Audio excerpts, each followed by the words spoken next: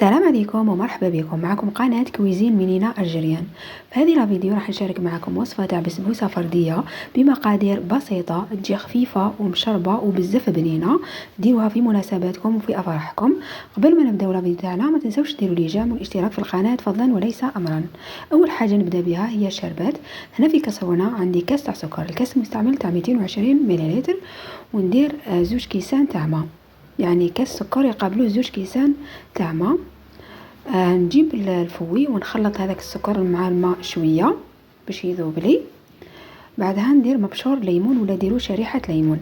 كما انا ما كانش عندي الليمون كان عندي المبشور درتو، وصدقوني مدلي بنه وجاتني واحد الشربات بزاف بنينه وهايله. نحط الكسرونه فوق نار تكون متوسطه، غير تبدا تغلي نحسب لها ربع ساعه ونطفي عليها ونخليها تبرد مليح. كما انايا خليتها بردت، بعدها صفيتها من هذاك المبشور تاع الليمون. ولازم تكون بارده والبسبوسه تكون سخونه. هنا ندوزو نحضروا البسبوسه تاعنا. عندي زوج حبات بيض، الحجم تاعهم كبير ولا متوسط، ولازم يكونوا بدرجه حراره الغرفه. وندير لهم نص كاس ولا اقل من نص كاس، لانه راح نشربوها باش ما تجيناش حلوه بزاف.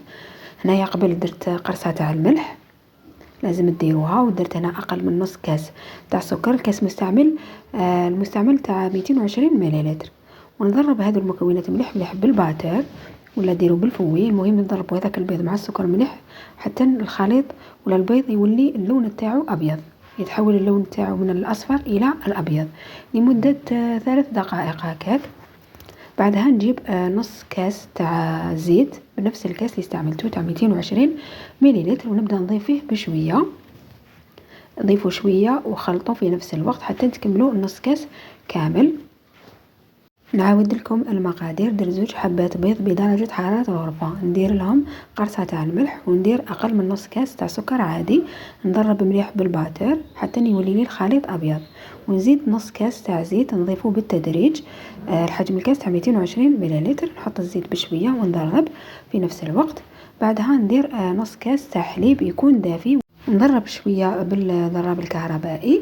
بعدها نتوقف، ما نزيدش نستعمل الضراب الكهربائي. ندير مغرف صغيره معمره مليح تاع لافاني، ومغرف صغيره معمره مليح تاع مبشور الليمون، وزوج مغارف كبار معمرين ويكونوا بومبي تاع جوز الهند. وندير كيس خميره كيميائيه وزن 10 غرام. وندير كاس تاع سميد يكون متوسط، ماشي رقيق وماشي خشين، باش البسبوسه تجي خفيفه وشابه.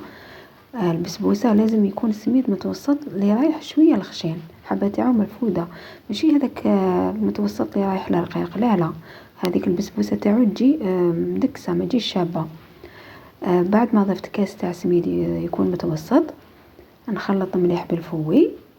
بعدها نجيب الفوطه تاع المطبخ ونغطي بها الخليط تاعي، ونخليه يريح لمدة 4 دقائق باش السميد وجوز الهند يمتصوا كمية من السوائل. لازم في هذه المرحلة تخلوه يريح لمدة 4 دقائق.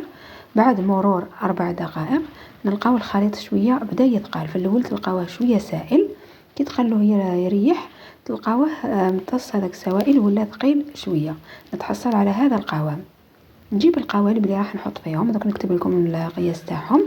انا دهنتهم بالمارغرين، وانتم اذا كانوا القوالب تاعكم يلصقوا دهنوهم بالمارغرين، وزيدوا ديروا لهم الفارينه ونحو الزائد تاع الفارينه هكا باش تضمنوا ما تلصق لكمش البسبوسه تاعكم.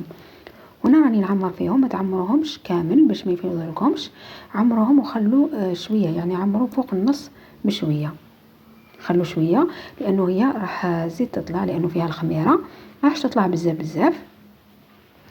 المهم ما تعمروش المول تاعكم يعني كامل، خلوه شويه قيس ما تطلع لكم.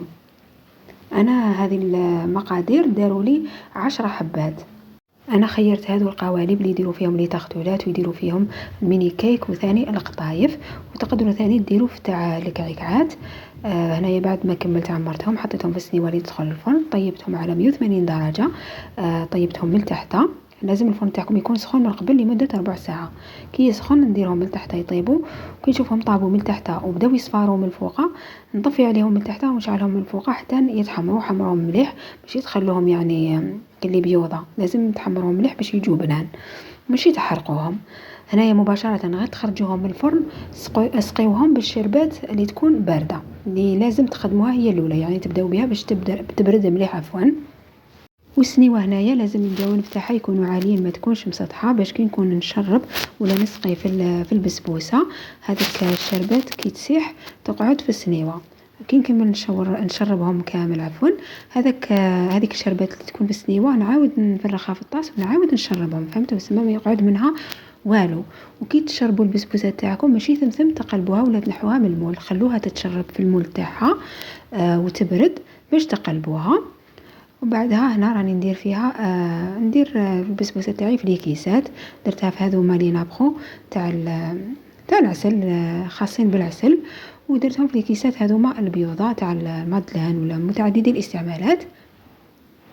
وشوفوا الشكل تاعهم جا بزاف شباب. دوك نزينهم تزيين اختياري، كما انا درت لهم شويه تاع جوز الهند في الوسط، وزينتهم بالكرز المجفف، قسمت حبه على زوج.